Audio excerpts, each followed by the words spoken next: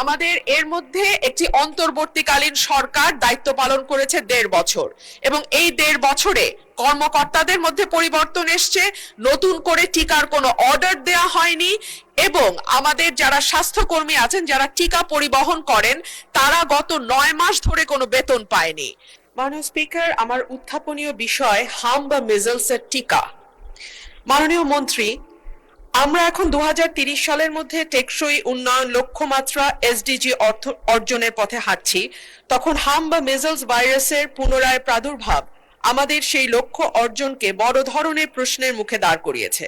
গবেষণায় দেখা গেছে হাম কেবল একটি ভাইরাস নয়, এটি একটি ইমিউন অ্যামনেসিয়া তৈরি করে, অর্থাৎ একবার হাম আক্রান্ত হলে শিশুর শরীরের রোগ প্রতিরোধ ক্ষমতা বছরের পর বছর দুর্বল থাকে, যার ফলে সে অন্য কোনো সাধারণ রোগেও মারা যেতে পারে।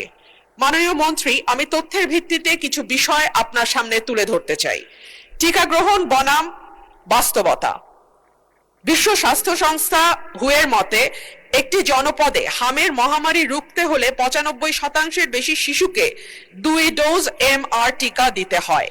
কিন্তু করোনা পরবর্তী সময়ে আমাদের নিয়মিত টিকাদান কর্মসূচিতে যে গ্যাপ তৈরি হয়েছে তার সুযোগ নিচ্ছে এই ভাইরাস। শুধু তাই নয় মাননীয় স্পিকার, আমাদের এর মধ্যে একটি অন্তর্বর্তীকালীন সরকার দায়িত্ব পালন করেছে ১.৫ বছর এবং এই ১.৫ বছরে কর্মকর্তাদের মধ্যে পরিবর্তন এসছে, নতুন করে টিকার কোনো অর্ডার দেয়া হয়নি এবং আমাদের যারা স্বাস্থ্যকর্মী আছেন যারা টিকা পরিবহন করেন তারা গত ৯ মাস ধরে কোনো বেতন পায়নি।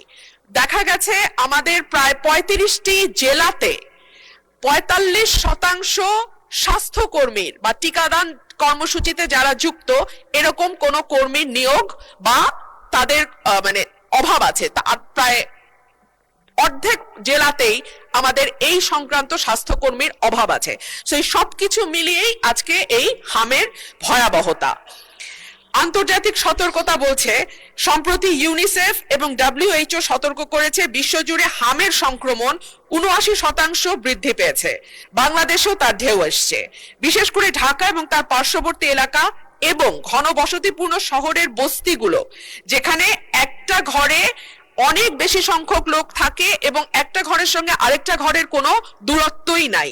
সেই জায়গাগুলো এখন হামের হটস্পটে পরিণত হয়েছে। স্বাস্থ্যমন্ত্রী মহোদয়কে আমি অনুরোধ করব যে তিনি সরাসরি মাঠ পর্যায়ে প্রকৃত চিত্র এবং টিকার মজুদ ও বিতরণের পরিসংখ্যান এই মহান সংসদে পেশ করবেন।